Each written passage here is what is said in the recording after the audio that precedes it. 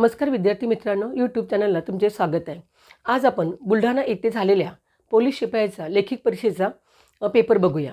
त्याच्यामध्ये आपण बघूया मराठी व्याकरणाचे प्रश्न उत्तर। तर बुलढाणा पोलीस भरती सराव पेपर 2026। अनिता लाडू खात असे या वाक्याचा काळ ओळखा। अनिता लाडू खात असे या वाक्याचा काळ ओळखा। पर्याय बघा, रीती वर्तमान, रीती भूतकाळ, रीती भविष्यकाळ आणि साधा काळ। आपला आन्सर आहे इथे खात असे आहे, ही क्रिया भूतकाळात होत आहे पण ती सवय सांगते, तर याचा आन्सर आहे 2। अनिता लाडू खात असे या वाक्याचा काळ आहे रीती भूतकाळ, म्हणजे आपला आन्सर आहे 2। दुसरा प्रश्न, खालील गटातील शब्द समूहाशी विसंगत शब्द ओळखा। विसंगत म्हणजे 3 पर्याय सारखे आहे आणि 1 पर्याय वेगळा आहे। त्यातला विसंगत घटक कोणता आहे? अग्नी, विस्तव, अनिल, पावक। विसंगत, विस्तव म्हणजे होते पावक, विस्तव म्हणजे होते अग्नी, अनिल म्हणजे होते वारा। आपला आन्सर आहे 3 अनिल। कारण अग्नी म्हणजे विस्तव होते, विस्तव म्हणजे पावक होते, म्हणजे 3 शब्द समान आहे। अग्नी, विस्तव, पावक म्हणजे अग्नी आहे आणि अनिल म्हणजे काय आहे? वारा आहे। आपला आन्सर आहे 3। खालील गटातील शब्द समूहाशी विसंगत शब्द ओळखा। आपला आन्सर आहे 3 अनिल। उसाच्या पोटी कापूस, उसाच्या पोटी कापूस या म्हणीचा योग्य अर्थ ओळखा। उसाच्या पोटी कापूस या म्हणीचा योग्य अर्थ ओळखा। पर्याय बघा, सद्गुणी माणसाच्या पोटी सद्गुणी संतती। दुसरा पर्याय आहे सद्गुणी माणसाच्या पोटी दुर्गुणी संतती। उसाच्या शेतात कापसाचे पीक आणि उसाच्या आवरणापासून कापूस तयार करणे, असे 4 पर्याय आहे। उसाच्या पोटी कापूस या म्हणीचं योग्य आन्सर आहे सद्गुणी माणसाच्या पोटी दुर्गुणी संतती। आन्सर नंबर आपला आहे 2। नंतरचा प्रश्न, खालीलपैकी अनुनासिक ओळखा। खालीलपैकी अनुनासिक ओळखा। आपण इथे लिहिलं आहे अ, नंतर ज, नंतर म, नंतर ई। तर सोपा प्रश्न आहे हा। आन्सर आहे आपलं 3, कारण आपले 5 अनुनासिक आहे, त्यातला हा 5वा आहे म अनुनासिक। अ हा स्वर आहे, ज हा व्यंजन आहे, ई हा स्वर आहे, अनुनासिक आहे म 3। खालील शब्दासाठी योग्य संधी ओळखा। पर्याय बघा का दिलेला आहे, पर्याय नाही दिलेला आहे, त्यांनी प्रश्न दिलेला आहे मुनी अधिक इच्छा। खालील शब्दासाठी योग्य संधी ओळखा। मुनी अधिक इच्छा म्हणजे त्या विग्रहापासून आपल्याला 2 शब्द, 2 विग्रहाचे आपल्याला 1 शब्द बनवायचा आहे। आता इथे मुनी अधिक इच्छा, न ची ओलांठी पहिली आहे आणि ते रस्व ई आहे आणि 2 सजातीय स्वर जेव्हा एकत्र येतात तेव्हा त्यांच्याबद्दल दीर्घ स्वर तयार होते। तर इथे मुनिच्छा, मुनिच्छा, मुनिच्छा, मुनिच्छा हे ते येत नाही। आन्सर नंबर आहे 1 मुनिच्छा। Answer number 1 मुनिच्छा। हा झाला आपला स्वर संधी, दीर्घत्व स्वर संधी। मुनी अधिक इच्छा रस्वई, रस्वई अधिक होते बरोबर दीर्घई। तर आपला आन्सर आहे 1। नवलाई हे कोणते नाम आहे? नवलाई हे कोणते नाम आहे? सामान्य नाम, विशेष नाव, भाववाचक नाव आणि गुणवाचक नाम। तर नवलपासून नवलाई बनते, तर आन्सर नंबर आहे आपलं 3। आन्सर नंबर 3 भाववाचक नाव। नवलाई हे आपलं भाववाचक नाम। नंतर आहे मुलगे हा शब्द खालीलपैकी काय आहे? म्हणजे मुलगे या नामाचं लिंग विचारलेलं आहे। मुलगे हा शब्द खालीलपैकी काय आहे? पुल्लिंगी शब्द, स्त्रीलिंगी शब्द, नपुंसकलिंगी, उभयलिंगी। आता इथे मुलगे म्हटलं तर मुलगेमधला मूळ शब्द आहे मूल। मुलगे हा अनेकवचनी शब्द आहे, मूल हा एकवचनी शब्द आहे आणि मूल या नावाचं आन्सर आहे नपुंसकलिंगी, कारण ते मूल होते म्हणजे ते मुलगे होते। तर आन्सर आहे आपलं 3 नपुंसकलिंगी। नंतर आहे मुलांनी गुरुजींची आज्ञा पाळावी, विभक्ती ओळखा। मुलांनी या शब्दाला केलं आहे अधोरेखित। मुलांनी गुरुजीची आज्ञा पाळावी, विभक्ती ओळखा। मुलांनी या शब्दाला केला आहे अधोरेखित आणि नी हा जो प्रत्यय आहे हा तृतीय विभक्तीचा आहे। प्रथमाला प्रत्यय नाही आहे, द्वितीयाचे आहे सला नाते, सलाते, सलानाते। चतुर्थीचे पण आहे सलाते, सलानाते। इथे लागलं आहे ने, ने आणि नी हे प्रत्यय आहे तृतीयाचे। तर आन्सर नंबर आहे आपलं 3 तृतीय विभक्ती। नंतर त्या दुकानात काय आहे ते मला माहीत नाही। इथे काय या शब्दाला केला आहे अधोरेखित, म्हणजे अधोरेखित सर्वनामाचा प्रकार ओळखा। पर्याय बघा काय आहे, दर्शक सर्वनाम, सामान्य सर्वनाम, प्रश्नार्थक सर्वनाम आणि संबंधी सर्वनाम। त्या दुकानात काय आहे ते मला माहिती नाही आहे. आणि शेवटी आहे पूर्णविराम. कोणत्याही वाक्यात कोण काय येत असेल आणि शेवटी पूर्णविराम किंवा उद्गारचिन्ह येत असेल तर त्याचा आन्सर येते सामान्य किंवा अनिश्चित सर्वनाम. तर कायला केलं आहे अधोरेखित. अधोरेखित सर्वनामाचा प्रकार विचारलेला आहे. दर्शक सर्वनाम, सामान्य सर्वनाम, प्रश्नार्थक संबंधी. आपला आन्सर आहे 2 सामान्य सर्वनाम म्हणजेच अनिश्चित सर्वनाम. सामान्य सर्वनामाचे दुसरं नाव आहे अनिश्चित सर्वनाम. नंतर एक एक मुलगा रांगेत पुढे जात होता. एक एक या शब्दाला अधोरेखित केलेलं आहे आणि अधोरेखित संख्या विशेषणाचा प्रकार ओळखा असा प्रश्न आहे. एक एक म्हटलं तर इथे 1 अधिक 1 होते, म्हणजे इथे गट पाडला आहे आणि त्या गटामध्ये संख्या समान आहे. एक एक मुलगा रांगेत उभा राहतो. एक एकला केला आहे अधोरेखित. अधोरेखित संख्या विशेषणाचा प्रकार ओळखा. पर्याय बघा, गणनावाचक, क्रमवाचक, आवृत्तीवाचक, पृथकवाचक. याचा आन्सर आहे योग्य नंबर 4 पृथकवाचक.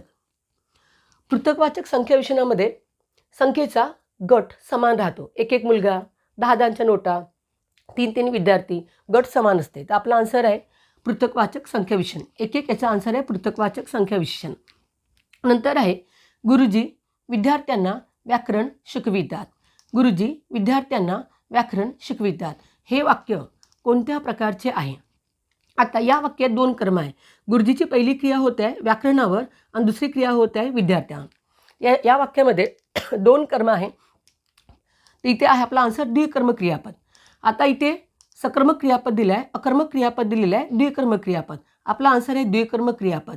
आणि जर या पर्यायामध्ये द्विकर्म क्रियापद हा पर्याय नसेल तर तुम्ही आन्सर सकर्मक लिहू शकता. पण द्विकर्म दिल्यामुळे पहिला आन्सर आपलं द्विकर्म क्रियापद, कारण या वाक्यात 2 कर्म आहे. व्याकरण आहे प्रत्यक्ष कर्म, विद्यार्थ्यांना आहे अप्रत्यक्ष कर्म. तर आन्सर आहे आपलं 2. नंतर आम्ही बागेत भरपूर खेळलो. आम्ही बागेत भरपूर खेळलो. किती खेळलो? भरपूर. भरपूर हा शब्द खेळलो या क्रियापदाबद्दल माहिती देत आहे. क्रियाविशेषण अव्ययाचा प्रकार ओळखा. कालवाचक, स्थलवाचक, रीतिवाचक, संख्यावाचक. आता भरपूर हा शब्द वेळ सांगत नाही आहे. भरपूर हा शब्द ठिकाण पण सांगत नाही आहे. ती रीत पण सांगत नाही आहे, कारण इथे संख्या जी आहे ही कमी जास्त संख्या आहे. तिथे याचा आन्सर आहे संख्यावाचक क्रियाविशेषण अव्यय. समोरचे प्रश्न बघूया. एकदा रिपीट करते. अनिता लाडू खात असे. अनिता लाडू खात असे याचे योग्य आन्सर आहे नंबर 2 रीती भूतकाळ. खालील गटातील शब्द समासाचे विसंगत घटक ओळखा. आन्सर नंबर आहे 3 अनिल, कारण अग्निविस्तव, पावक हे आपले सारख्या अर्थाच्या आणि अनिल म्हणजे होते वारा. उसाच्या पोटी कापूस याचं योग्य आन्सर आहे सद्गुणी माणसाच्या पोटी दुर्गुणी संतती. खालीलपैकी अनुवासिक ओळखा. आन्सर नंबर आहे 3 म्हणजे म. मुनी अधिक इच्छा या विग्रहाचा योग्य शब्द आहे पहिला नंबर 1 पहिला पर्याय मुनिच्छा. नवलाई हे आहे आपलं भाववाचक नाम. मुलगे या नामाचे लिंग आहे नपुंसकलिंगी शब्द. मुलांनी या शब्दाची विभक्ती आहे 3 तृतीया. त्या दुकानात काय आहे ते मला माहिती नाही आहे. यातलं काय याचा आन्सर आहे 2 सामान्य किंवा अनिश्चित सर्वनाम. एक एक मुलगा, एक एक याला केलं अधोरेखित. याचा आन्सर आहे पृथकवाचक संख्या. आणि गुरुजी विद्यार्थ्यांना व्याकरण शिकवितात या वाक्यात 2 कर्म आहे. तर आपला आन्सर आहे द्विकर्म क्रियापद. आणि आम्ही बागेत भरपूर खेळलो याचं योग्य आन्सर आहे नंबर 4 म्हणजे संख्यावाचक. पुढचे प्रश्न बघूया आपण. देह जाहो अथवा राहो पांडुरंगी दृढ भाव. अधोरेखित उभयणवी अव्ययाचा प्रकार ओळखा. अधोरेखित केलेला आहे अथवाला. अथवा हा या उभयणवी अव्ययाचा प्रकार ओळखा. पर्याय बघा, समुच्चयबोधक, विकल्पबोधक, न्यूनताबोधक आणि परिणामबोधक. आपला आन्सर आहे 2 विकल्पबोधक. अथवा, किंवा, वा, अगर, नाहीतर हे असतात आपले विकल्पबोधक उभयणवी अव्यय. अथवाचा आन्सर आहे 2. बापरे किती प्रशस्त राजवाडा हा. बापरे या शब्दाला केला आहे अधोरेखित. अधोरेखित केवल प्रयोगी. अधोरेखित केवल प्रयोगी अव्ययाचा प्रकार ओळखा. बापरे किती प्रशस्त राजवाडा हा अधोरेखित केवल प्रयोगी अव्ययाचा प्रकार ओळखा. हर्षदर्शक, शोकदर्शक, आश्चर्यदर्शक आणि प्रशंसादर्शक. आपला आन्सर आहे 3 आश्चर्यदर्शक. बापरे हा आहे आपला आश्चर्यदर्शक केवल प्रयोगी अव्यय. नंतर पर्णिकाचा पेपर लिहून झाला. प्रयोग ओळखा. पर्णिकाचा पेपर लिहून झाला. प्रयोग ओळखा. पर्याय बघा, प्रधान कर्तृ कर्मणी, शक्य कर्मणी, कर्मकर्तरी आणि समापन कर्मणी. पर्णिका हा कर्ता आहे. पर्णिका हा शब्द कर्ता आहे. पेपर हा शब्द कर्म आहे, लिहून झाला. ही पेपर लिहून झाल्याची समाप्ती दाखवत आहे, समापन दाखवत आहे, क्रिया पूर्ण झालेली दाखवत आहे. आपला आन्सर आहे 4, समापन कर्मणी प्रयोग. पर्णिकाचा पेपर लिहून झाला, याचं योग्य आन्सर आहे नंबर 4, समापन कर्मणी प्रयोग. नंतर आहे प्रतिदिन या शब्दाचा समास ओळखा. प्रतिदिन या शब्दाचा समास ओळखा. पर्याय बघा, अविभाव, तत्पुरुष, द्वंद्व आणि बहुव्रीही. आपला आन्सर आहे 1, अविभाव समास. प्रतिदिन या शब्दाचा योग्य आन्सर आहे 1, अविभाव समास. कारण प्रति हा उपसर्ग आहे आणि उपसर्ग असणारे जास्तीत जास्त शब्द येतात अविभाव समासामध्ये. नंतर फकीर हा शब्द कोणत्या भाषेतील आहे? फकीर हा शब्द कोणत्या भाषेतील आहे? पोर्तुगीज, फारसी, अरबी आणि इंग्रजी. आपला आन्सर आहे 3, अरबी. फकीर म्हणजे होते गरीब. फकीर हा शब्द होते, याचा अर्थ गरजवंत किंवा गरीब. तर फकीर हा शब्द आलेला आहे मराठी भाषेमध्ये अरबी या भाषेतून. समोरचा प्रश्न, नयन कमल हे उघडती हलके जागी हो जानकी. या वाक्याचा अलंकार ओळखा. नयन कमल हे उघडती हलके जागी हो जानकी. या वाक्याचा अलंकार ओळखा.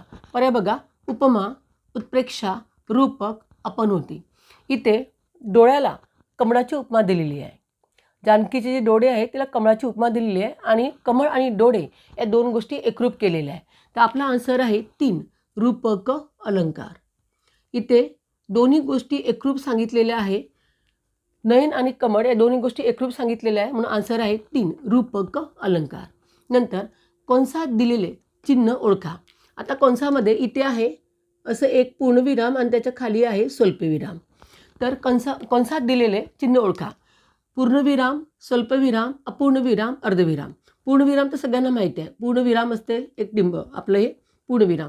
स्वल्पविराम असते आपलं असं चिन्ह. अपूर्णविराम आपलं राहते 2 टिंब आणि इथे आहे अर्धविराम. तर आपला आन्सर आहे, हे जी चिन्ह आहे हे आहे आपलं अर्धविराम. तर आन्सर नंबर आहे 4. चिन्ह ओळखा असं दिलेलं आहे, आन्सर आहे अर्धविराम. नंतर शुद्ध शब्द ओळखा. अनुसूया, अनुसया, अनसूया, अनसूया, अनुसया आणि अनसूया. रिपीट, अनुसया, अनसूया, अनुसया आणि अनसूया. अनसूया म्हणजे दुसऱ्याचा राग आणि द्वेष न करणारी स्त्री, तिला म्हटलं जातं अनसूया. तर शुद्ध शब्द आहे आपला 2, आन्सर नंबर 2, अनसूया. सचा उकार दुसरा, अनसूया. नंतर खालीलपैकी कोणत्या भाषेची लिपी ही देवनागरी लिपी नाही? खालीलपैकी कोणत्या भाषेची लिपी ही देवनागरी लिपी नाही? देवनागरी लिपी संस्कृत लिपी आहे. संस्कृत ही देवनागरी लिपी आहे. मराठी ही पण देवनागरी लिपी आहे.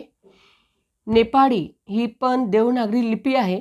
कन्नड ही देवनागरी लिपी नाही आहे. कन्नड ही आहे आपली ब्रह्मलिपी. त्याच्यामुळे आन्सर आहे 4. त्यांनी विचारलं देवनागरी लिपी कोणती नाही, तर नेपाळी, मराठी आणि संस्कृत ही देवनागरी लिपी आहे आणि कन्नड ही देवनागरी लिपी नाही आहे, ती ब्रह्मलिपी आहे. नंतर अतिथी शब्दाचा प्रकार ओळखा. अतिथी, अतिथी हा शब्द संस्कृत आहे म्हणजे तत्सम आहे. तर आपला आन्सर आहे 1, तत्सम शब्द. तद्भव होऊ शकत नाही, देश होऊ शकत नाही, परभाषा होऊ शकत नाही. अतिथी हा शब्द संस्कृत आहे म्हणजे तत्सम आहे. ओके, समोरचा प्रश्न बघूया. 25 प्रश्न आहे याच्यामध्ये. समोरचा प्रश्न बघूया. पुढील शब्दासाठी योग्य अर्थ लिहा. पुढील शब्दासाठी योग्य अर्थ लिहा. म्हणजे पाणी या शब्दाचा आपल्याला योग्य अर्थ लिहायचा आहे. पाणी या शब्दाची वेलांटी रस्व आहे म्हणजे पहिली आहे. तर पाणी या शब्दाचा योग्य अर्थ आहे हात. आन्सर आहे हात. जर पाणीची वेलांटी दीर्घ असती, दुसरी असती, तर त्याचा अर्थ जल झाला असता. पण ते पाणीची वेलांटी पहिली असल्यामुळे याचा योग्य आन्सर आहे 2 म्हणजे हात. खालील पद्यपंक्तीतील वृत्त ओळखा. मधु घटची रिकामे पडती घरी, मधु मागशी माझ्या सख्यापरी. इथे आहे वसंतिल्का, पादाकुलक, भुजंगप्रयात आणि नववधू. आता इथे वसंतिल्का येणार नाही कारण इथे संख्या अक्षरसंख्या सारखी नाही आहे. भुजंगप्रयाची पण अक्षरसंख्या इथे 12 पाहिजे होती पण इथे अक्षरसंख्या सारखी नाही. हे 2 पर्याय कटले. आता प्रश्न असा आहे की पादाकुलकच्या पण मात्रा 16 आहे आणि नववधूच्या पण मात्रा 16 आहे. आता याचा आन्सर हेही राहू शकते किंवा हेही राहू शकते. आणि ही जी कविता आहे ही भास्कर तांबेची आहे. तर बहुतेक याचा आन्सर 4 असू शकते. 4 असू शकते. कारण इथे कन्फ्युजन असं आहे की याची पण मात्रा 16 मात्रा आहे आणि यांच्या पण मात्रा 16 आहे. पण ही जी कविता आहे भास्कर तांबेची असल्यामुळे आपण हे वृत्त टाकू नववधूमध्ये. तर याचा आन्सर बघून घ्याल कोणतं येतं. नंतर आहे हात ओला करणे. हात ओला करणे या वाक्यप्रचाराचा अर्थ ओळखा. हात धुवून घेणे, हातावर पाणी टाकणे, हातातून पाणी टाकणे, पैसा मिळणे. तर हात ओला करणे याचे योग्य आन्सर आहे नंबर 4 पैसा मिळणे किंवा दुसरा अर्थ फायदा होणे. ओके, एका प्रश्नामध्ये थोडंसं कन्फ्युजन आहे. याचा आन्सर 2 आहे की 4 आहे. पण ही कविता भास्कर तांबेची असल्यामुळे आणि याच्या पण मात्र 16 आणि 16 असल्यामुळे आन्सर नववधू असू शकते. तर ओके, हे झाले बुलढाणा पोलीस भरतीचे मराठी व्याकरणाचे आन्सर. धन्यवाद.